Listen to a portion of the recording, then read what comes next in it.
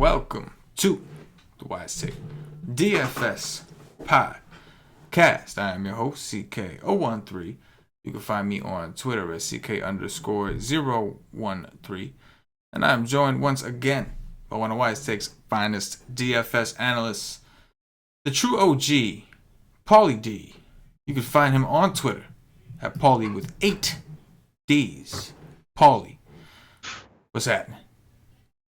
What's happening, baby? You know, it's weird about this time. It's like, are we closing the book and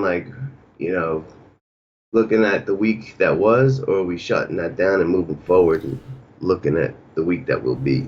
Because either one's got a lot to talk about. Definitely a lot to talk about. I think both of us are well, you more than me, but I think both of us are more about to move on and just like on to bigger and better things. You know what I'm saying? Yeah. You know what I mean? We had a couple exciting basketball slates this week. Oh, we had a couple rough ones. Oh yeah.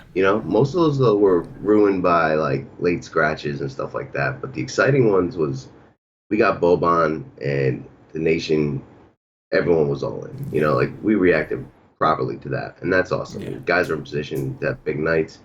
Utah value might have hurt us a little bit that day, but a couple guys did well.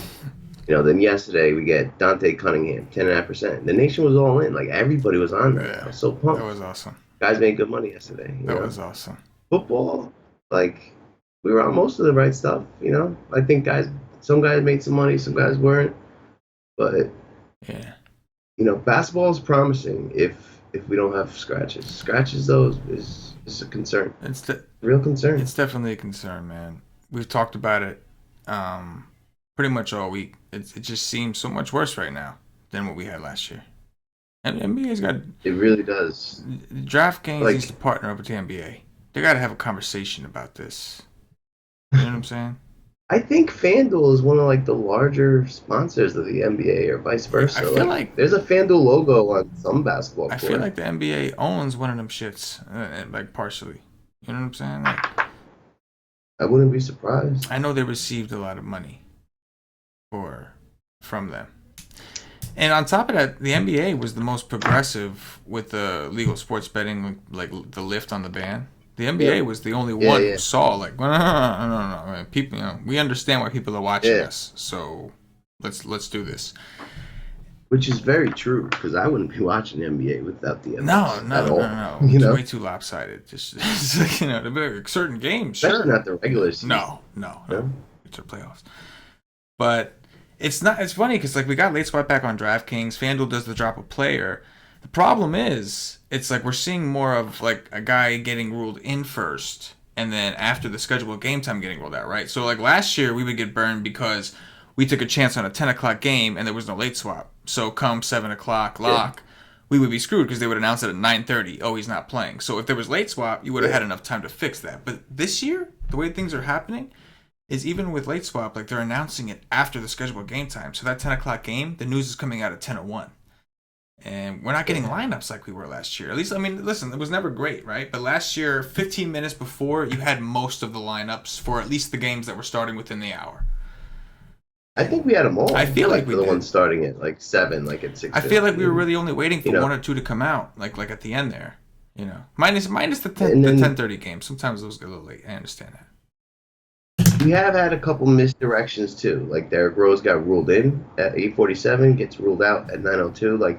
That's happened 2 or 3 times too, which I think that'll go away. I think that's strange and coincidence, but not having starting lineups for a 7 o'clock game at 7:02 is just very, very weird when you got game time decision guys and you don't know if they're playing or not. Absolutely. But hopefully something will be done because basketball has been good otherwise. It's been glorious. And it would just be that much better had, these instances stopped. It'll be that much better. But either way, basketball has been good, so we shouldn't complain too much, I guess. Yeah. The Schwins are coming, man. Everyone's going to get some big ones in basketball. Yes. Without further ado, Paulie, we have ourselves a 9-game slate on this Monday. And I am very eager to start the new week, man. Never satisfied. And that's what it is. It's just, you're never satisfied. You just, I don't even know what else to say about it. Just always want more. You always want to be better. And I'm ready. Ready to move on. Point guards, Paulie. Above 5K. We got Westbrook, Harden, Curry, Lowry, Chris Paul. Anybody stand out to you? It's a lot. It's a lot, man. It's a lot. 9 games on a Monday. Wow. The loaded slate for 9, huh? Wow. Let me take a look at Mr. Harden here. What did he do in his first game back? Oh, he did dick. I can tell you what he did. Oh, I can tell you what he did. Yeah. He did dick here like a 40-something. Yeah, like a 40-something. Straight. Is that because he shot poorly? Because he didn't get the minutes? Because what happened? I think he just sucked. Yeah, I think he just sucked. They played the Bulls. It was a slower game. He didn't get any rebounds. 25 Like points. 7 assists. No rebounds. He got 4 steals. But he only took 17 shots, which for him, like, without Eric Gordon, like, 8. Oh, there you go. 8 turnovers. That does not help. Now, don't get me wrong. Harden, he'll turn the ball over. He will, but that doesn't help when you're already not like. What was his minutes and how many shot attempts? 33 minutes. 17 shot attempts. He took 12 threes. Right. Yeah, I mean 10-7 is kind of cheap for Harden. Slow-paced game, but Harden's kind of matchup proof when he's going to get the peripherals. Maybe, like Russ is in a phenomenal spot, but I don't know. Like Paul George's usage is much higher this year, and with Grant in the starting lineup, it's like another guy that may do things. I almost feel like I'm gonna wait on Westbrook till like I see a little bit more. I don't think I want to grab Steph Curry against Memphis. Kyle Lowry against Utah, probably not, though he's just been awesome this year and consistent. I could consider him. Really, of these guys up here, like Harden, maybe, and Kyle Lowry, maybe, but I'm really more interested in like going downwards, I guess. We'll see what happens with Goran Dragic. That could open up value. But Ricky Rubio, we already know Donovan Mitchell's ruled out against Toronto on a back-to-back. I can do some of that. And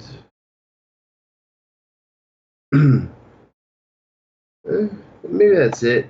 Maybe Kyrie Irving against Denver I could take a look at, but not a ton that I actually love on a loaded slate. Rubio, he's 6K though now, so I don't know. I think I like Harden. I think I like Lowry, maybe Irving, and Rubio at this point. Yeah, there's definitely not a ton that I love. On the first look, today was the day to play Kyle Lowry without Kawhi Leonard. If he's out, I could definitely try to go back. It's not the best pace, but I think point guard is definitely a loophole you can attack with Ricky Rubio. So that's possible if Leonard is ruled in. I think Kawhi's gonna play. Yeah, you think he's gonna play? He's gonna play. Yeah, he was supposed to miss one of these two. So he just took the night off. Yeah, I saw that, and he wanted to play today. They played in L.A., right? They were in the Staples Center. Yeah. So he wanted to play today, and the fact that they chose that game to sit, which is even more of a marquee game. Obviously, the team didn't really need him, but definitely a much more marquee game than Utah. So that worried me that when they ruled him out, didn't they say it was his toe or something, or Yeah. Right? He had some nagging injury. Right. Yep. So I guess that's just something to keep an eye on. You know what I mean? But initially, when I read that, he's gonna sit one of the legs of the back-to-back, I just assumed that he would sit the actual back-to-back because it was against Utah, whereas this was against the Lakers. LeBron. And that's what he's been doing, is sitting the second game. Right. That's the 2 times he sat the second game. Right. So probably precautionary, but Lowry's a maybe. If Kawhi's in, obviously not as attractive. I'm with you on Harden. Westbrook definitely scaring me a little bit. It's a pace-up spot, but he should see some Jrue Holiday defense with Elf ruled out yet again. Either him or probably Tim Frazier. Not that I'm afraid with Russell Westbrook, but the rebounds are definitely concerning, especially with AD expected to play to hog some rebounds. But I know you and I took a look before the show and we noticed that his rebounds are kind of down, and we're not exactly sure why just yet. But I'm with you. There's not a ton to love up here, man. The guys that are Holiday is finally above 8K. Elf is still out, but AD's back. It's stuff that you're like, I wouldn't like hate it, but don't know if I want it. Mike Conley is interesting. The problem is Memphis on a back-to-back, playing Golden State. They just lost to the Phoenix Suns, one of the worst teams in the league. They don't look good right now. But Conley has been balling. He's only 7'8". Kind of stands out. Yeah. Other than that, it's Rubio. Big usage. Big usage, yeah. Other than that, it's Rubio. 6K, he's been playing well ever since Donovan Mitchell got hurt. He got hurt, came back, got hurt again. So, yeah, I'm with you, man. I don't see a whole ton I like. Take us down to Value Town. Let's see what else we got. Yeah, I think Darren Collison at 4-5 against Houston is kind of interesting for Indiana. He's getting solid minutes. Probably around 10 shots, maybe a couple threes, bunch of assists. Seems like an environment he could do well in. I think Jordan Clarkson is going to have a couple blow-up games when he just gets like really super hot. It could be Orlando. If there's better options, I just won't play him. But there'll be some days where he's like the one nice value play. And he's kind of going to be in play a lot. Tyler Johnson, obviously, we got to pay attention to that. But he's going to be something to watch if he gets ruled in. We like point guards against Detroit. Nitty on the Knicks against the Bulls with potentially THJ out, even with THJ in. Then he rolls the point guard. He's been playing over 30 minutes. He's been shooting more. Good defense. Game against the Bulls, getting not way paced up, but paced up. I could do that for sure.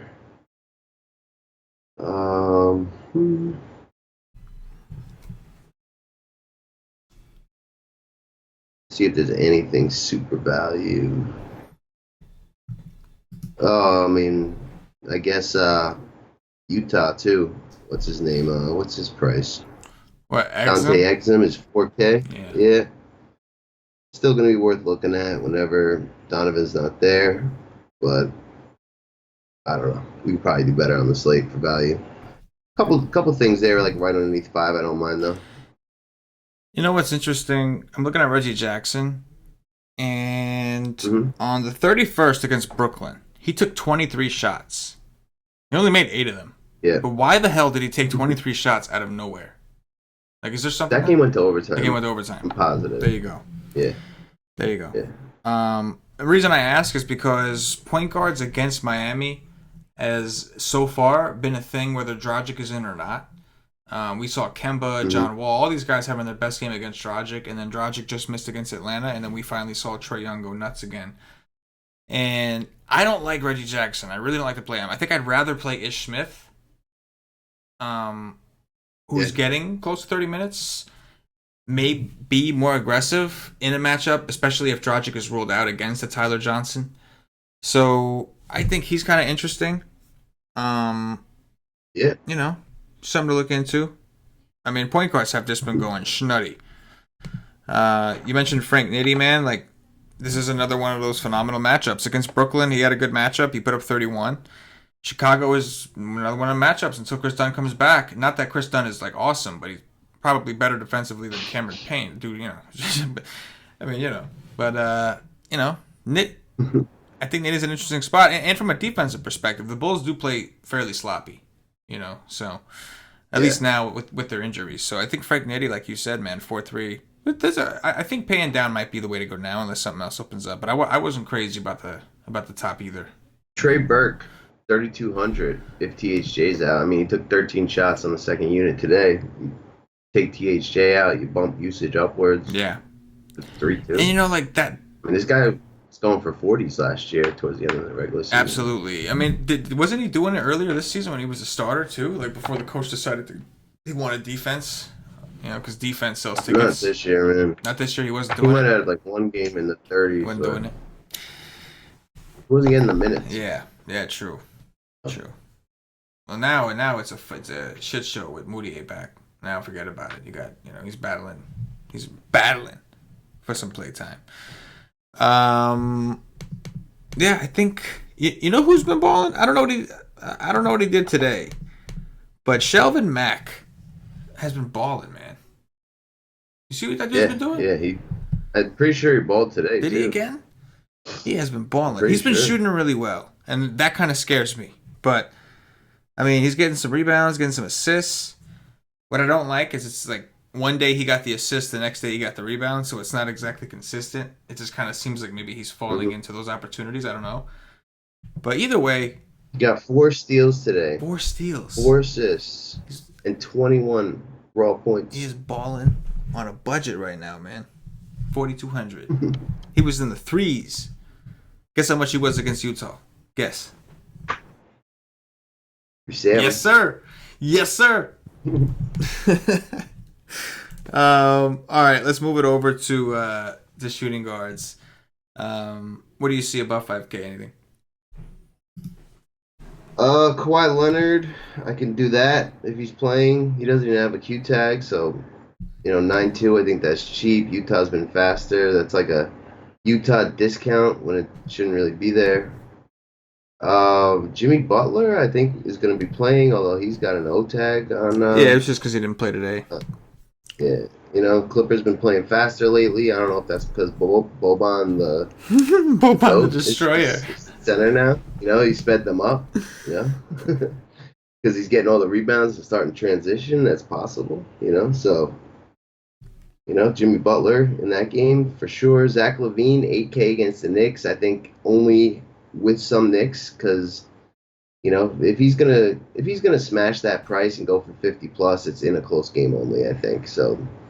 Starting to get to a point like we were getting him at 7.4s and stuff like that. Now 8K, like he's really got to go off, but I still like him. Josh Richardson if Dragic is out. Let me ask you a quick question about Levine. Do Yeah. you think they put Nitty on Levine? Like they were playing him at the Um. 3 earlier, right? So evidently they're not worried about the size. Yeah. Probably not, just because Dotson's a pretty good defender Mm. too, and So if you don't need it, you don't need you it. know, yeah. But they do play positionless basketball. But I just don't see them putting Dotson on like campaign or whoever. Right. Just You curious. know, Continue. um, kind of like Gary Harris's price at 6-1. We just saw Oladipo go kind of ham. Like scoring guards actually have done well against Boston, like since the beginning of last year. So maybe this is a Gary Harris game. It's paced down for Denver, so I'm gonna like Jokic. We like pairing Jokic with Harris. 6-1 seems like a discount. Uh, do that, and that's really all that's getting me excited over 5K. Yeah. I think that, like you said, Kawhi. Well, we talked about Harden first of all. I think Kawhi is always in play. Not the most ideal game, I guess, but he's rested, and he's just that good of a player that I think we can always take a look. But at 9-2, I'm not overly interested. I think I'm with you on Levine, man. 8K is expensive, but I think this game will stay close because neither of these teams are like that good. If the Bulls were like healthy, then I would be a little more like, okay, this game's got to stay close. But with all the injuries they've got, like them being on the road, it's a good shooting environment. So maybe everybody's hitting their shot. Either way, it's not the fastest game, which like sucks because like you want the Bulls to be fast because they don't play defense well, and Yeah, it's just glorious when they're fast. But it could be still a competitive game. I'm with you on Levine at 8K. He's the first guy that I want to look at. I mean, the guy's usage rate right now is just unbelievable. It's just ridiculous. Now he's very scoring dependent, but he is going to Madison Square Garden, where shooters typically do a little bit better, at least most. So definitely interested in that. If Hardaway plays, I do like Hardaway. I'm a little worried about his back issue, obviously, but honestly, I'm hoping he's out at this point because I think that the young Knicks can kind of hang. At least the second unit guys can hang with the Bulls' second unit guys. And if Hardaway were to play, I like wings against Chicago. For sure. We'll talk about him in Value Town. Josh Richardson, if Dragic is out. Last year, when Dragic was out, you played Josh Richardson. Now, he did well in his last game, but it was also because he happened to shoot really well. He didn't get a ton of peripherals. He got, like, I think 3 assists and maybe a couple, I don't know. But he shot 10 for 18. That was against Atlanta, the worst defensive team in the league, obviously the fastest team in the league. Now he's going against Detroit. I would imagine if Dragic is out, people do come to him because he wasn't as popular as he probably should have been against Atlanta, and I think people remembered, like, oh shit, that's right, J. Rich. What are your thoughts on him at 7.5? Is he too expensive for the matchup at this point? If Dragic is out, I'm saying. I don't think so. Like, I'm almost positive Denver's Detroit, like, not worst or towards the bottom against the position, and like 18 shots, like that's just hard to ignore. That's big usage. It's 7.5, like 7.5, a 38 is 5x. Like, he's gotten into the 40s many times this year. Once, twice, 3 times, 5 times he didn't. But now he's getting the usage bump. I think he's still playable, but probably with other pieces from this game is how I would say it. Like another guy you kind of need getting to the end to really get there. But I think you can play him. Yeah, I'm with it. Take us down, Paulie. Take us down to Value Town. Damian Dotson, man, 4.9. Like, guys getting 30 minutes or more every game. We've seen him go into the 40s. He's, if THJ's out, he could pretty much take on THJ's role and take 20 shots. He's done that, on the second unit many times, and I don't really see who else is going to take those shots. So he might be like a monster value play tomorrow.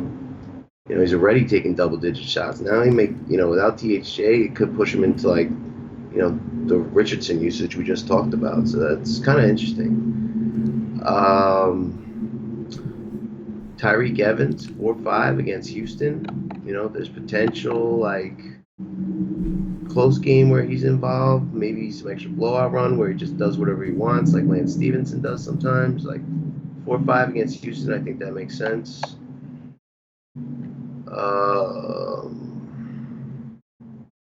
Bojan Bogdanovic, same team against Houston. He's just like, if he gets hot, he's hitting threes on DraftKings.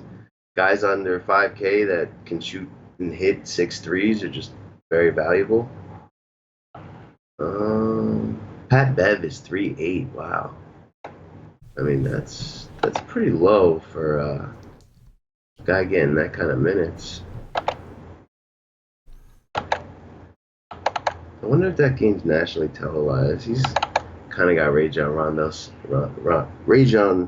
Rondo syndrome too. Like, when he's on the big screen, he does a little better. I think that's it. You see anything else down there? No. Garrett Temple? Yeah. I mean, a lot of the guys are fine. I think that if Hardaway is out, Dotson is an awesome play. You mentioned that. I know you were telling me before the season started, or beginning of the season anyway, that when he first started playing, you were one of the first guys kind of on Dotson when he started getting the minutes. And you had mentioned that you found out he's actually a very efficient shooter. At least that was his reputation. One of the best 3-point shooters, right? Like, yeah. In his draft, he was ranked the 4th best outside shooter in his draft class. Right. And if THJ is out, that is a lot of shots to go around. So obviously if Cantor gets the start, that kind of ruins things a little bit because you would expect Cantor to just, go ahead and do his thing. But if they stick with their regular lineup and they put in, like, Hazonia or Lance Thomas, then if it's Hazonia, we'll talk about that as small forward. But regardless, as long as it's not Cantor, this guy's going to take a shit ton of shots. Like, you got to think he's going to, like, he's already shooting double digits. Like, he could be approaching the 20s, which would give him massive upside at that price. So part of me is kind of hoping Tim Hardaway Jr. I'm a Knicks fan. You're a Knicks fan. So, I don't mean no harm by this to our precious Knicks. But I'm hoping Hardaway's out because I think that could open up a lot of value. Me too. And, against the bad defense. And then on the other side of that game, the other side of that coin, Holiday, revenge, played for the Knicks. Sure. He's been he's playing well over 30 minutes. I think maybe he's could potentially, for thinking GPP wise, he could take a few more shots, maybe a little more aggressive out the gate, seeing as how he used to play for the Knicks. Not sure how vengeful of a person he is, but we'll certainly find out because if you can hit threes against the Knicks, you'll be all right. GPPs. Aside from that, man, I think you covered everything pretty well. Dante Exum is actually Yeah, questionable. yeah. May have to go all the way down. I think he's min priced, but he started for the Jazz the last two games, I Oh believe. man, Grayson Allen. Mr. Grayson Allen, yeah. Yo, he had one preseason game against like China. It was like an exhibition where he had like 9 threes, was crazy hot, was real impressive. And obviously we don't know if he's going to do that, but it's there. There's potential. And when you get him like min priced in the right spot, I don't know if this is it, Yeah. but when they started him, that kind of like, he played 27 minutes. Yeah. Like, that's legit. Oh yeah. Yeah, he played Memphis. I think they saw like a weakness and they wanted to exploit, and I think Grayson Allen kind of fit that. And I think they want him to work. I mean, the guy was, well known in college, maybe not for the right reasons. He was a good player in college, but he's known for like all the bad shit, like Yeah. tripping people. They compared him to what's that other white dude that was dirty? They kept comparing him to, I don't know. There's some old basketball player that they would compare him to. Leitner, Christian Bill Leitner, Lambier? Christian Leitner or whatever. What's that? Oh, Yeah, really? yeah. Christian Leitner was dirty? Yeah, I didn't realize it either. I'm pretty sure it's him, but there's a documentary out there, and like they kind of like interview him, and they show the plays that he was known for, like stepping on people's ankles and just doing dirty stuff, and they were comparing that guy to Grayson Allen. I'm pretty sure it was Leitner, Christian Leitner, but apparently he wasn't very well liked, similar to Grayson Allen in college. Only Duke fans liked him. If you weren't a Duke fan, you did not like that guy. But I'm sure that he's a shooter, and that's something that Utah could use, especially with their style. They need guys that they're so like think about it. Ingles, he plays defense and he shoots. And it's like like Gobert down there for defense, and like Mitchell's the scorer, Rubio's the facilitator. Like so he could just be that guy that kind of stands out there and takes a ton of shots, and if he's hitting them, But like you said, it's got to be the right matchup. He's at home. I like that. I don't like the fact that it's against Toronto. Yeah. Could see some Danny Green defense. Yeah, Kawhi. Kawhi potentially, and just Kawhi in zones, or just him being in the vicinity. Fuck that up, Paulie. Move us over to small forwards, man, because I'm really excited. I hope Hardaway's out, and I want it to be Dotson Day. Yeah, Small forwards, definitely might be. above 5K. What you see? I think Paul George is in play. It's the first time I'm going to recommend him, but like this game has the potential to just, really, really shoot out, like big time score. And, like if like multiple people on the Thunder are going to get there, then like that multiple person is definitely Paul George. And like you might as well just play him instead of Russ if they're both going to just like do their thing. And I'm telling you, his usage has been like in the 30s. His shot attempts have been in the high teens. Like, Oh look, it's almost just it's to take the discount and play he's him. the one that's been stealing Westbrook's rebounds, bro. You see this? 12 against the Clippers, 10 against Charlotte. He's the one. It's Paul George, man. He's stealing the minutes. But he was there last year though. Like, what? So he's just I don't know. Maybe he's like, okay. Now I got my hell contract. yeah. He's like, I want to be the He's like, I man. need to be triple doubling every night, man. He goes, you got it last year. Yeah. I'm getting it this year. I don't know. I don't know. But in this kind of game where like multiple guys could get there, it's just like I think I'd rather play Paul George than Russ, and like that does not sound like the smartest thing to say ever, but I really think that's the right way to approach that. Like, and I've changed. I don't know. You've I can't changed, believe bro. it. That's You've wild, but changed. that's really the right way. Right now, that's really the right way. And Wings have been killing New Orleans. After that, Tobias Harris against Minnesota. I think I could do that at 7-2. Minnesota's been just giving up points. Like all their games are like 125 to 122, that kind of score. So if the Clippers are going to put up a ton of points, Tobias Harris is going to be involved. Aaron Gordon at 6'5" is just underpriced against Cleveland. Like Cleveland's the worst defensive team in basketball right now. Yes.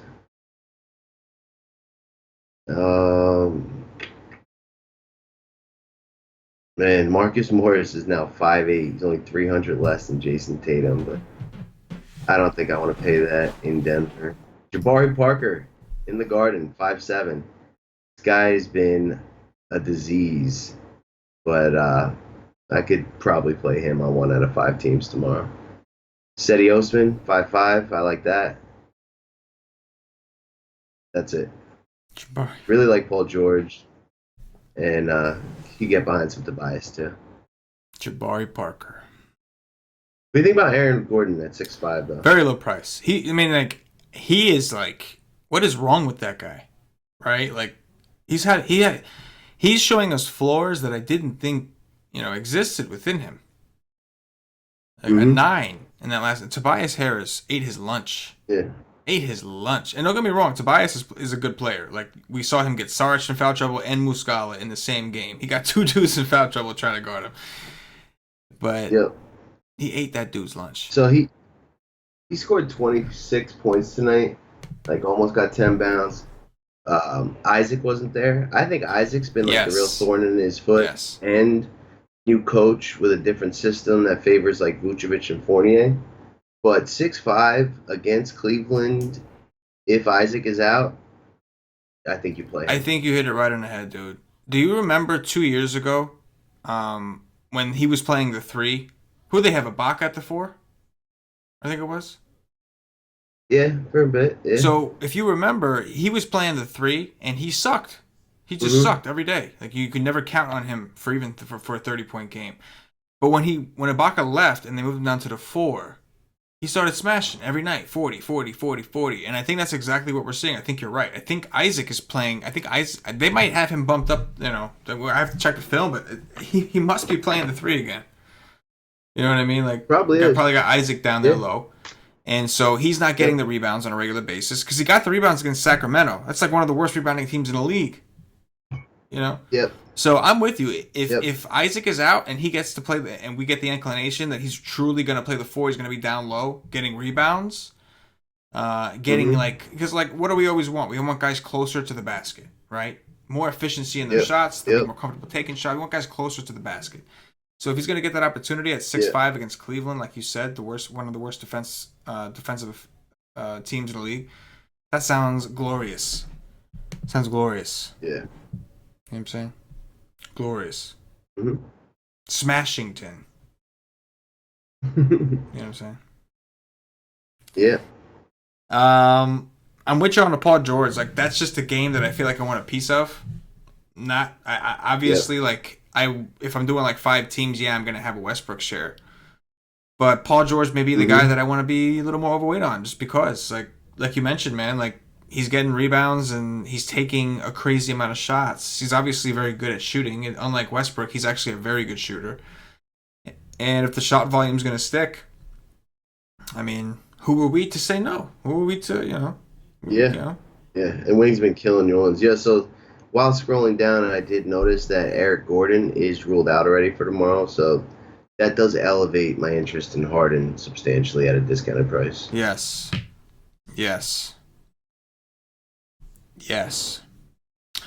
Jabari Parker is a P, but I agree with you. To me, it depends on who plays, right? Like, because if Jabari's playing the 4, and like say you got Vonleh, right? If Vonleh does not get into foul trouble immediately, then you got like Lance Thomas, who's also there for his defense. It's certainly not for his offense. So I'm a little worried about the matchup. You know what I'm saying? A little bit.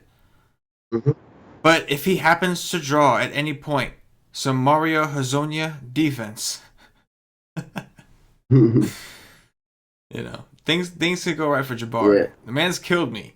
Although I actually don't really have interest in him though, to be honest. Now that I'm thinking about it, like the match, I'm just gonna play Wendell Carter. Oh, Wendell, yeah. Realistically, Wendell Carter. But of the bigs, I'm not gonna play Jabari around the same price. Jabari is the P on the team, bro. And like because I said this, he's gonna go off tomorrow. But he's not supposed to if you actually look at what's going on. Wendell Carter is taking over. He is the number 2 with Portis gone and Dunn gone. Jabari is like number 4 behind the Water Boy. You know what I'm saying? It's Water Boy, it's him, then it's Cameron Payne. You know what I'm saying? Holiday's on the cusp. Agreed. You know what I mean? Jabari is playing like a bitch. Not just I said it on the live stream yesterday. Yes, you did. You did. You did. You did. I forgot about that. That was a fun live stream, wasn't it? He's playing like a bitch. And he was. Any interest in Carmelo Anthony? Slightly under Gordon out? No. Me either. Just figured I'd ask. Indiana's actually a pretty good defensive team. And they're playing slow. It just doesn't seem like a ton of things. Doesn't seem like the place you want a scoring dependent guy. You know what I mean? Yeah, and now his price is up. I don't feel it. What about Winslow? If Dragic is out. Winslow. Went hamage. I don't love 5-2, but sure. I heard he closed the last game. I got to go back and look. But probably, I feel like he's kind of coming into his own, and Miami plays fast, and this game's going to be loaded with offensive rebounds and steals and transition. So most likely, but 5-2 is kind of hard to pay for Justice Winslow because he's got to do a lot of everything. He's not a big time scorer, right? And he shot extremely well from the field, 5 for 11. 40. That's 46%. That's pretty good for him. The reason he smashed was number 1, 10 rebounds. That's going to help, and that was against a terrible rebounding team. Detroit is not that. They got Drummond and they got Blake Griffin, both very good rebounders. Yeah. What I am impressed with Winslow is 8 assists. He had 8 assists. That was impressive. Where'd that come from? Well, I think that's a product of Atlanta and all the transition, and I don't think that's going to exist against Detroit. Agreed, but it was also the position, right? They started the game without a point guard. They had J. Rich and Winslow starting together, and they just didn't have a true point guard. So J. Rich obviously handled most of the responsibilities. I know he was initially on Trae Young, which was extremely impressive that Trae Young was able to do what he did, before Tyler Johnson even came in. But it's just a situation I want to go back and watch. I want to see if those are real. I agree with you. I would assume that it was a transition thing. Whiteside only played 15 minutes too. He played like a bitch. So if he plays 35 minutes, Winslow doesn't play as many. He probably doesn't get as many rebounds. Yeah, the rebounds I'm not expecting anyway, just because you got Drummond down there. So that ain't gonna come easy regardless. Now you got Whiteside rebounds. Yeah, that's this isn't the spot to pay higher for Winslow. Yeah, no, I got you. Try to disappoint. I got you. Hurt your feelings. Take us down to Value Town, Paulie D. There's a couple things down here. Garrett Temple against Golden State, 4-7. If Memphis keeps it close, he's probably having a good game. His minutes have been awesome. He's had a couple awesome performances. Terrence Ross, 4-4 against Cleveland. There's probably going to be some blowout run here. Even if there isn't, he's just been playing better and better every game, taking shots in the teens, even for a second unit guy, attempting a lot of threes. He always happens to be involved in steals and blocks. Yes, especially if Isaac is out, definitely. Jeremy Grant at 4-4 against New Orleans. I like that a lot. Now that he's starting and playing 30 some odd minutes.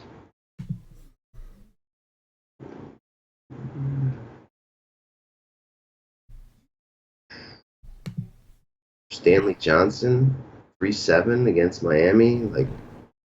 He's got the potential to get 30 points, and he gets the minutes for that. Mario Hezonja, 3-4. He could be starting if THJ's out. Even if he's not, I assume he's going to get somewhere near 20, 25 minutes with THJ out, and that's just too cheap.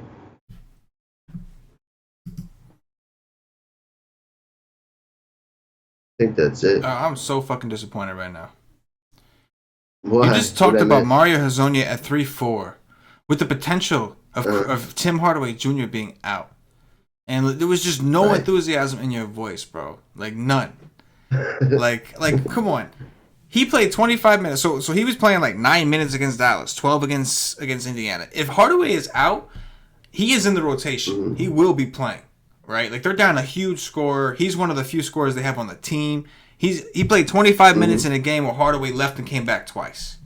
He's getting run. Maybe he starts. Probably won't because the coach likes to start with defense for 3 minutes before he takes somebody out. But either way, Hazonia's playing. He's going to get some run. And at 3-4 on DraftKings, if Hardaway is out, I may lock button. Mario Hazonia. True that. The only thing that would make this better, Paulie, the only thing that would have made Hazonia better?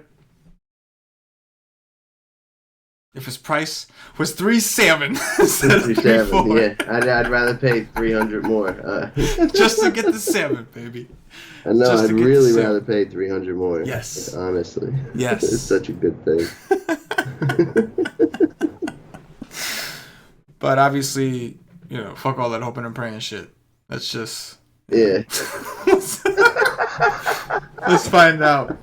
Yo, you did the live stream with him. You guys were like matching t-shirts, but he wore a t-shirt. It was like the first time. I mean, how many shows has the guy done? Like, I think he's worn a t-shirt like a few other times, but man, it just didn't look right on him. Yeah. I was like, nope, not. I don't like it. Yeah. I don't like it at all. Yeah. We'll get him some Wise Take gear. Speaking of which, Nation, we're in the works. It is Wise close. Take gear in the works. Prototypes coming. Close. Y'all won't know about that. But if they're good, y'all know about that. You know what I mean? Yeah. But yeah, seriously, I hope Hardaway's out because I want to lock button Hazonia at 3-4. Moving over to Power 4's Paulie. Yeah. Above 5K. What do you see? Power forwards. Above 5K. AD, against OKC, we like some of those guys. 11-3, he can pop off against anyone. Got to consider him. Yes. And 9-8 Blake Griffin, don't think so. Blake the Snake is doing the dirty on a daily. You know what I'm saying? Yeah, but no, he's expensive as all hell. I'm just saying, like I gotta it's too expensive. I gotta give him props because he's like rejuvenated. You know what I mean? He was wrong. He was always good, but like I didn't think it would work with Drummond. You know what I'm saying? I don't know why. I just didn't think it would, but he's making it work. Like I mean, the team sucks, but like he's doing good. You know what I mean? Like yeah, but like usually he does good when like Drummond fouls out twice against Philly. Good point. Yeah. This year, or they go to overtime against Brooklyn and Drummond fouled out. Yeah, that's a good point. Usually Drummond is the guy, and he's like second until Drummond falls away. No, you're right. Against Philly, to pay a premium on him when Drummond's going to be there is just, I can't. Yeah. Of course, you can take the chance, though. You can take the chance that Drummond does get into foul trouble. It's Whiteside, so I guess it depends on the matchup. I don't think Whiteside's a guy who'll get in foul trouble because Whiteside's kind of like, in my opinion, Whiteside is kind of lazy, in my opinion. You know what I'm saying? Like Embiid is not lazy, right? Like that dude works. So I can see Drummond, like foul trouble is coming, right? Like Whiteside's not. Embiid is so much stronger too than Whiteside. Yes, Embiid, But like Whiteside, while he is a big dude and he's going to be competing for rebounds, like he strikes me as a little more like lethargic than like some of those like more athletic centers. And like you could be wrong. I'm not hating on Whiteside. He's good. But in terms of foul trouble with Drummond, right? Like if I agree with you, if Drummond's in the game, it's him. But he has been getting into foul trouble a lot, and when that happens, Blake steps in and Blake goes, does the dirty all over the place. You know what I mean? Yeah. So I guess like essentially when you want to consider Blake and Drummond's playing, you're going to have to consider Drummond's matchup and almost bet that he's going to get in foul trouble or not. You know what I mean? Yep. Interesting. Yeah. I don't think this is that spot. I'm with it. Paul George we already talked about, but maybe you play him at power today. There's not a ton. We talked about Tobias Harris. I don't mind that. Aaron Gordon, son. We talked about him. Yep. Domantas Sabonis, 5'9". Like, I like this kid. And he's got 40s in him, and this could be a spot against Houston, who's not very good against bigs, where he does get that. I'm going to be playing him a lot this year, unless he gets over 6K. Montrezl Harrell against Minnesota. Now, like, it used to be like, Montrezl against bad rebounding teams, maybe game flow, but now Boban's in the mix. Boban's like, You know what I'm Yeah, saying? this is Boban's world. So sorry, Montrez. You're not in. Nope. Larry Nance 5K against Orlando. Why is this guy not playing minutes all of a sudden? I Like don't know. he played 28 a week ago, and now he can't play more than 16. I don't think we need to do that, but like if all of a sudden he played 25, which could happen at any time, he would smash that price and go 8x. That's it. Agreed, man. It is definitely Boban's world, but I do think that there could be a place for Harold too. Because like Boban's never gonna most likely, even if he starts, he's probably not gonna play like 35 minutes, right? So say he plays like, what do you think he'll end up playing? Like 28 ish, 26 ish, Bobanovich. What do you think? Bogdanovich. I needed to see what his price is. So they blew out Orlando, and he played 23 minutes. So I think 28 to 32 is where he's going to rest, depending on game flow. Right, right, and it also depends on the other thing we have to consider is like it's going to be Cat, so it's going to be a perimeter shooter like Vooch, like kind of similar to Vooch, but not as like husky as Vooch, right? Mm-hmm. So I'm just running through it in my head. Point being, I think that Harrow will get enough minutes between playing some 4 and backing him up at the 5. I think Harrow could be in play in this matchup because I think he will also get a good amount of minutes. Like I think that it's definitely Boban's team, but because Harrell is such a high point per minute guy, Harrell is just like what Kenneth Fareed was supposed to be, and they just won't let us get. He is the new Manimal. Like Harrell is like the new Manimal, bro. He is. You know what I mean? Yes. Point per minute monster. Yes. But like now we're playing a new high on him. Yes. With Boban like in the picture, like Boban wasn't even getting minutes. You know what I mean? Like right. No, absolutely. I don't think we can do but it. Like, don't you think that it's Gortat? like blowout build only. But don't you think Gortat is the one who gets the boot, like from everything? Because like Harrow was sharing minutes with Gortat. But like Gortat was playing like 12 minutes a game. He was playing like 18 to 20. Playing. He was playing like 18 to 20. Yeah, he was. Except for like in blowouts, they would bring Boban in for 5. So maybe those games he was shorted a little bit. But now Boban is like he's no longer the fucking coming attraction. Like he's the coming attraction now. Like he's no longer the opener. Boban is the man now. This is Boban's world. Yeah. And Gortat is just a squirrel trying to get a nut. Yeah. So Gortat never got over 20. He got 18, 20, 18, 12, 16, 20, 19, 9. Like, Boban's playing 23 plus, 23 in a blowout. Like, probably going to see 28. So it's 10 more minutes of a guy that's going to take away. Like, Montrezl Harrell's 5'5", not like 4'9" or 5, like where we were getting them. I think it's only blowout build or hope that Boban gets in foul trouble build. Fair enough. I just don't know, like, in my head it makes sense. Like, if they did it with Vooch, they could do it with Cat. But I'm just trying to picture Cat Boban guarding Cat. And don't get me wrong, because I don't think guard Taj. Like, what's that? They're bringing in Boban not to like match up with the other team, but to force the team to match up with them. Right. He's gonna get all the offensive rebounds, all the putbacks. Absolutely, he's going to destroy Cat. There's no question about that. Like he will destroy Cat. Yeah. No jump dunk on Cat's face. No jump dunk on Cat's face. Yo, he dunks without jumping. I know, but it's just so awesome. It sounds funny. No jump dunk. Like that's like the no jump dunk. That is good. But yeah, 5'5" is a little steep for Harrow. But he's just a point per minute dude. I love that guy, man. Yeah. I'm a Harrow truther. For sure. Me too. I love Harrow. The Manimal. Manimal 2.0. Yes. Larry Nance, you break my heart every day. You can just smash. He can just smash. And in this matchup, he can smash.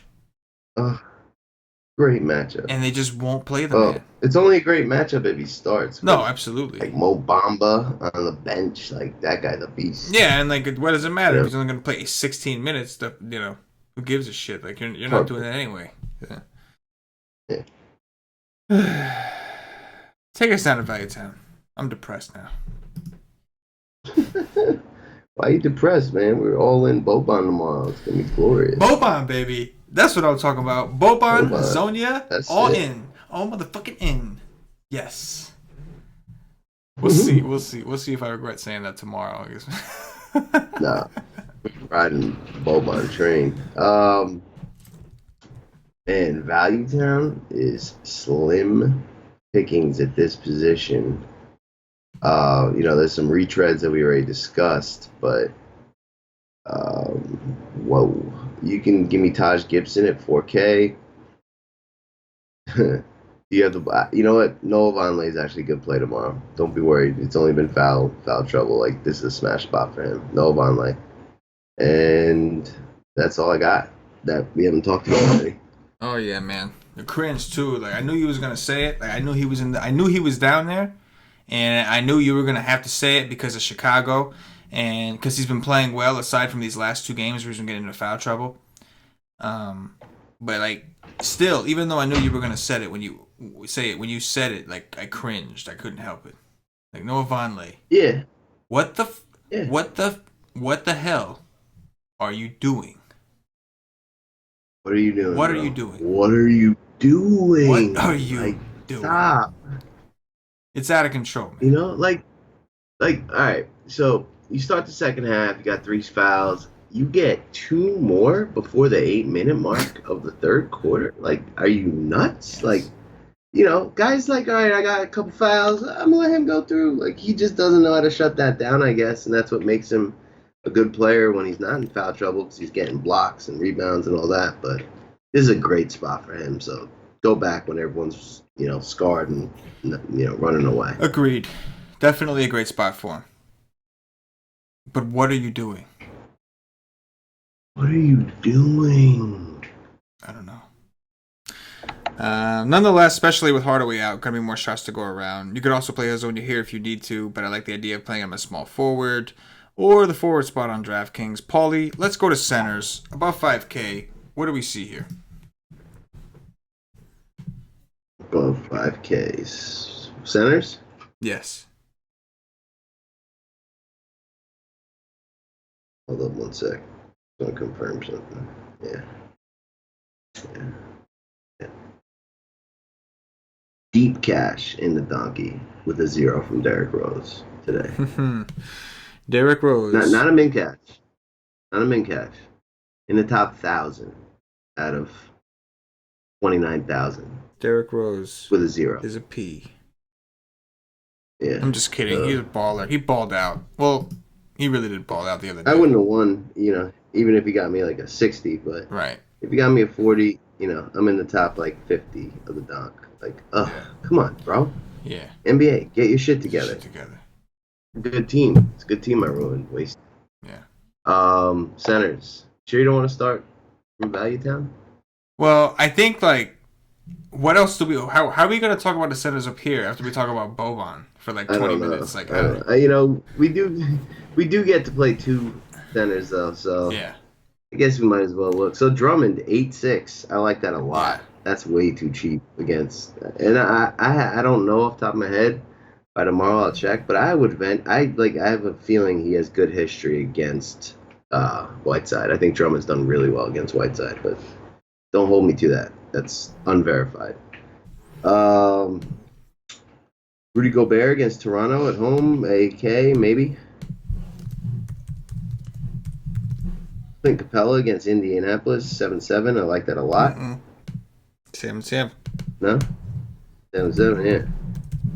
Wendell Carter, 6-1. Like, oh god, the way he's been playing, that's not expensive enough. And like, I like to kind of ride guys on their way up, especially if I've been playing them. Because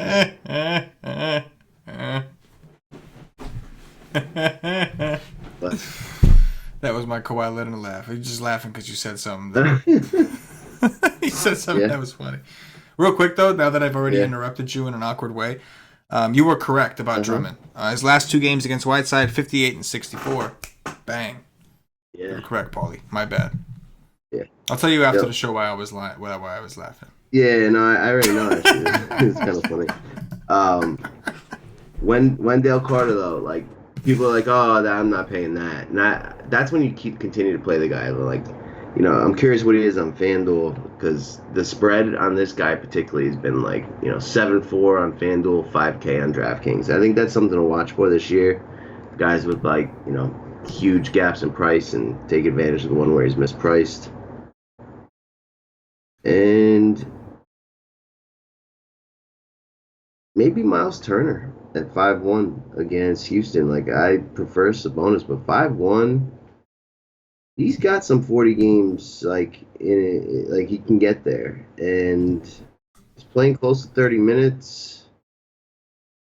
This could be a spot for him, actually, that works out. So I don't mind Turner at 5-1. It's a good price tag. His center looks like one of the more deeper positions on the slate, as always, but today maybe more so than usual.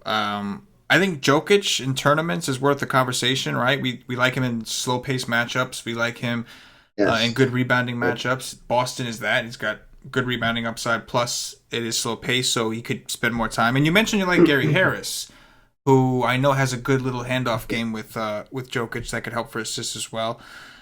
Drummond for sure. 8-6 against Drummond. Going up against the guy Whiteside, who we said like I'm not worried about foul trouble. He's just not aggressive enough Whiteside for me to worry about something like that. So that 8-6, I love Drummond. I think he's a phenomenal play. Then after that, like Wendell Carter has just been playing like a madman, right? Like we talked about, he's the guy over Jabari, and I think we stick with that. He's obviously in play. And even at 5-3, this is like my least favorite of the bunch, obviously, but you got to think that Joe Val is going to play. It's Rudy Gobert. Like, they can't try. Ibaka's the guy that plays center when Joe Val doesn't, for the most part. They can't put Ibaka on Gobert, can they? Can they do that? I mean, I think Ibaka will play. I just think he'll play more like against favors, like at the 4. Do you think they'll try to put Ibaka? Yeah. I would think they're going to need Joe Val's size, unless they got Jaws on the bench, but they don't seem to like him all that much. He's not on rotation. But against Gobert, maybe this is a spot where Joe, and like Gobert's good at blocks. I don't believe, like, for some reason, like ever since coming back from the injury last year, he hasn't been the same type of defender, right? Like he has blocks, but we've seen centers do the dirty to him. You know what I'm saying? They played the Lakers tonight, a team you don't need him for at all. He played 17 minutes, Joe Val, right?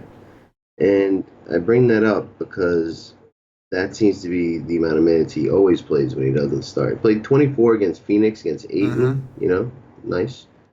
Against Embiid in a close game. He only played 17.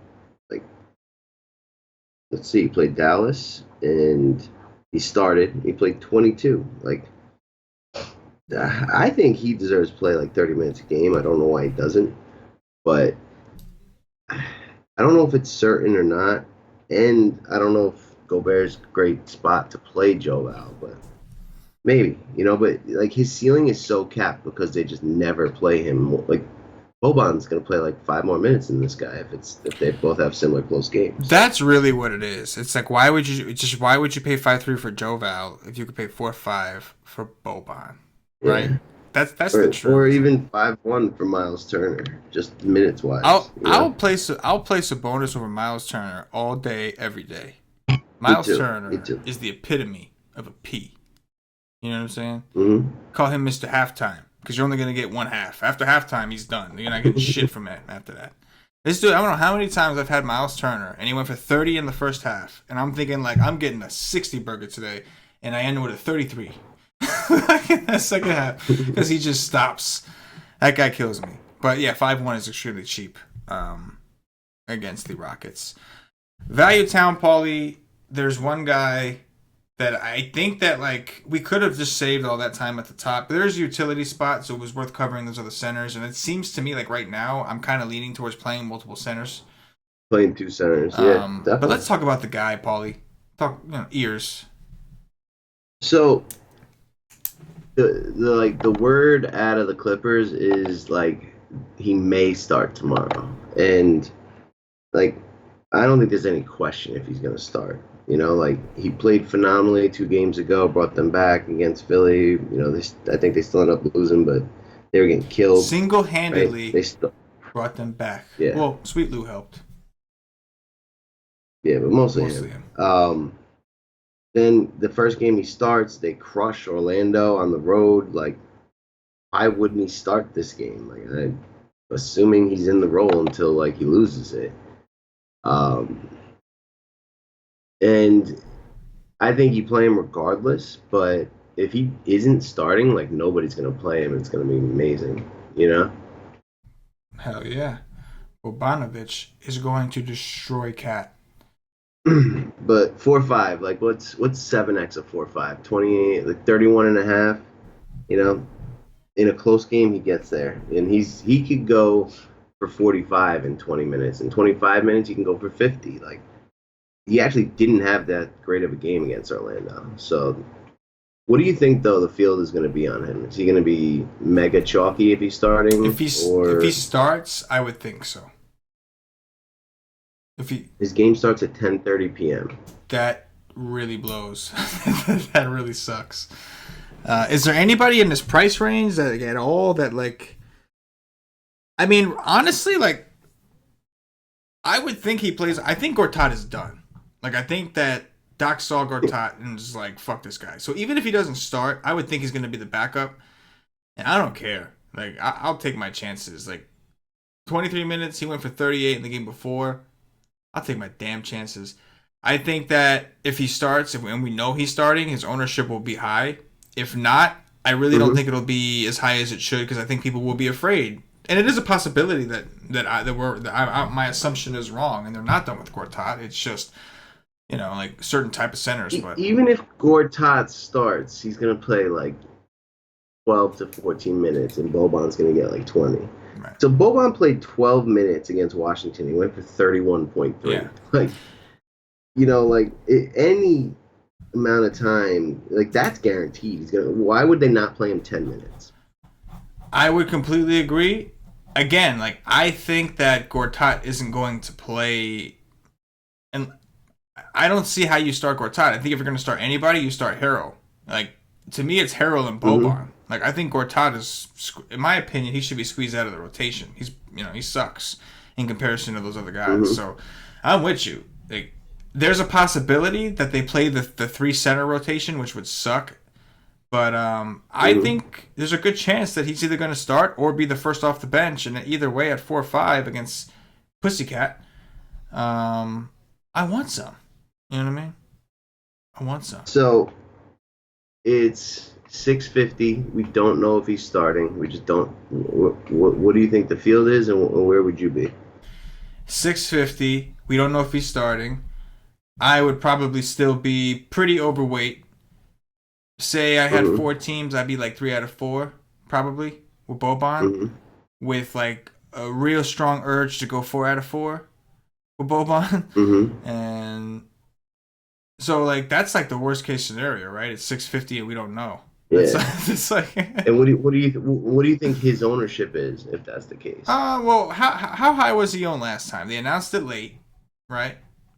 So he was like 40 in like higher stakes and like 25 in donkeys. So in donkeys, if people don't know if he's starting, and No, we knew it. We knew it at 650. We had it. It was a 7 o'clock game. we knew info. it 650. Right. So yeah.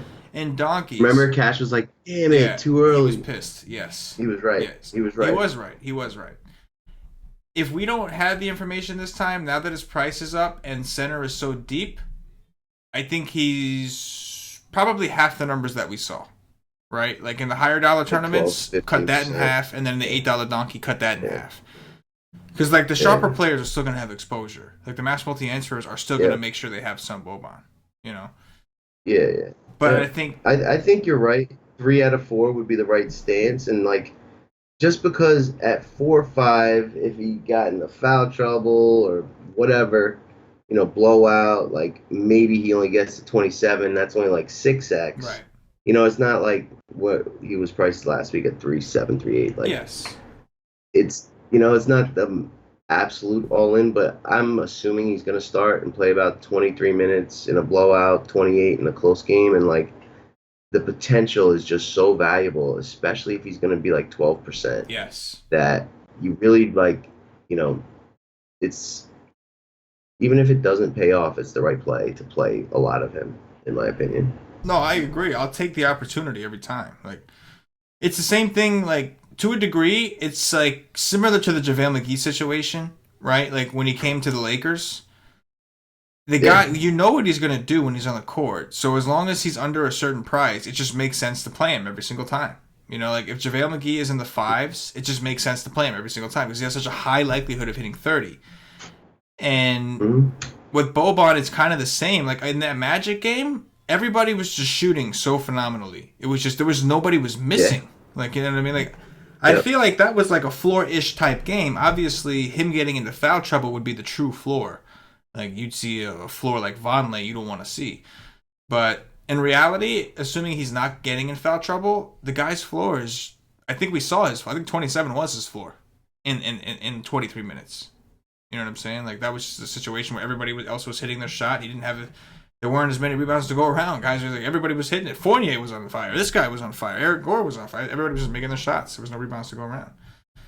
But I love the Bobominator. You Yeah. know what I'm saying? Oh, I guess there's more people to talk about. Is there really though? Let's see. I don't know. I don't know. Maybe there's a double value. Um, yeah, Mo Bamba, man, he really balled out today. And like he's getting minutes in the 20s. There's blowout run. He's a potential value play to pair with him. And that's probably gonna be it. I don't imagine. What's Cristiano Felicio been doing? Uh, Minutes drop back down I'll to tell you what he's earth. not been doing. He's not been bobinating. You know what I'm saying? I'll Yeah, tell you that. I mean, you know, I think Bamba's worth a look as a value play. Like you could play two value centers, but it's Bamba. It's Bamba. Man, all I see below 5 is Boban, Boban, and Boban. You know what I mean? Mm-hmm.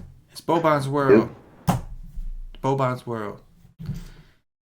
That is going to do it for the position by position breakdown. At this point, going to remind everybody, if you haven't already, check us out at whiteslate.com. Get your ass over there and see what we have to offer. This week, we're going to make some videos, Paulie and I. We're going to record some videos during the week and kind of show Oh, that's everybody right. That's how to right. make some of our content, how to like use our content. We're going to show them how to use our Make money. content, make money using our Make content. There money you go. with the There you content. go. So we're going to explain to you the functions of the site. We have had some questions. Some people come on a day pass and they don't know where everything is. We're going to go over all that. We're going to make a few different videos, I hope. Just kind of explaining to you how to use the site. Paulie D's cheat sheets are one of the hottest things out in NBA DFS, and like we're gonna make a video explaining like how you should be using these, like how Paulie and like what was the intention that Paulie created this, like how you should be using them, the most efficient way. And I'll make a video kind of showing you guys like where everything is on the site, kind of going over some of the scheduling and kind of what to expect. And it's exciting. But come check us out at whitestate.com. We are a premium content provider, of course, one of the best out there. And on top of that, we are also a DFS community, first and foremost. Get yourself a day pass, $2.50 will get you in for NBA content. So you get access to all the NBA content on the site. Paulie D's cheat sheets, the Y stream, which is a live stream we do 2 hours before lock after we've done our full research. You'll get access to the Cash and DFS's GPP article, BK Bourne's Cash Game article, and of course the expert poll where we address some of the key questions on the slate and have as many of our experts that we can get answered on that day. So come check us out. $2.50, all you need for that. If you already know the nation is where you want to be, you're just that fucking smart, then sign up for the monthly plan or higher and get access to our Slack chat, because that's really like that's the community aspect right there. So you have to have a monthly membership or higher. You can have a season pass. We have 3-month specials. We have all different kinds of things. Monthly is the minimum, and you get into the Slack chat. And that is, again, that's where our core members are in there chopping up the slate every single day with us, with them. Every day is just DFS nonstop 24/7. Well, I shouldn't say that because at 2 or 3 in the morning, things can get a little crazy in that chat. Like then all bets are off. Guys start talking about random shit. I don't know. And you're at your own risk. Just don't be around there around 2 or 3 if you're not into it. If you're into it, go for it. Things get crazy late night at the White Steak Nation. Top threes, Paulie. Top 3 point guards. Who you got? Point guard. I already forgot who was I out there. recall this position being pretty weak. Yeah. But whoa. Oh it's weak. Yeah, it's ugly. Give me some Kyle Lowry. Give me some Frank Nitti, and give me some Trey Burke. I'm gonna roll with some Ricky Rubio. I'm gonna roll with some Frank Nitti, and I'll take a chance on Ish Smith. Shooting guards, Paulie. I like that. Harden with no Gordon. I like that. I like Damian Dotson on the Schnicks. And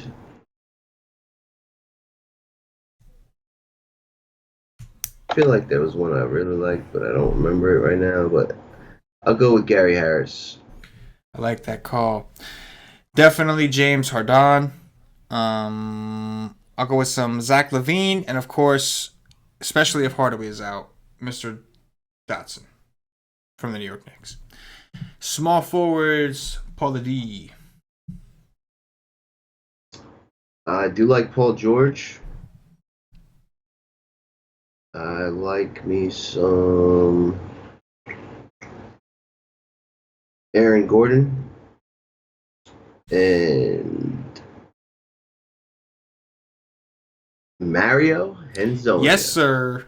There it is. I was about to get so frustrated if you didn't mention him. I was going to give you one more shot at power for it because he's there. But I was about to get so frustrated, son. Paul George up top. Yes, I agree with you. Right now, he appears to be the one that I want to spend the dough on. I'll go with Richardson here because I want to say what's his name for power forward, and of course Mario Hezonja. Obviously, only if Tim Hardaway Jr. is out, but I'm hoping that's the case because I really want to play Mario Hezonja at 3-4 in the Garden against the Bulls. Yes, sir. Power forwards, top threes. Demantis Sabonis, Noah Vonleh, and Jeremy Grant. I'm going to roll with Anthony Davis, Mr. AD all day, Aaron Gordon, Noah Vonleh, bang, center. Boban, Drummond, and Clint Capella. Boban, Drummond, Jokic, probably. I'm sure that we can go on for days with center. Wendell Carter. We can go back and forth. We can just name off centers. But I'm with it. Good. That is going to do it for the YC DFS podcast. If you're watching on YouTube, please click that thumbs up, that like button, subscribe to the channel. Make sure you hit that bell thing. Make sure you get notified whenever we do one of these podcasts or any other free show or free piece of DFS content we put out. If you're watching on Facebook, give us a like and a share to support the Wise Tech Nation. If you are watching us on Twitch or Twitter, give us a follow, give us a retweet. And if you're listening to us on Podbean or iTunes, give us some 5-star reviews. All these things really help us out. They go a long way here at the Wise Tech Nation. So whatever platform it is you're watching or listening to us, if you're a fan of the show, or even if you're not a fan of the show, if you got some criticism, leave some comments. Like tell us how it is. We like the feedback, but we want to know what you want to hear. It doesn't mean we're going to give you that because you might just be an asshole and it wouldn't be fair to the rest of the people. But if it's reasonable, we might actually listen and we might actually cater. Maybe. No promises. You got to ask Mr. Friendly. You got to check out Mr. Friendly. And if you don't know what that is, it's because you wasn't subscribed to the YSEG Nation long enough. You got some catching up to do. Paulie, anything in closing before we get up out of here? Yeah, Dante Cunningham, 10.5x at 1% yesterday. Gonna be a lot more of that this year. Stick with the NBA. Big wins are coming. You heard the word. For Paulie D, for myself, the entire YSEG Nation, as always, good luck. Peace.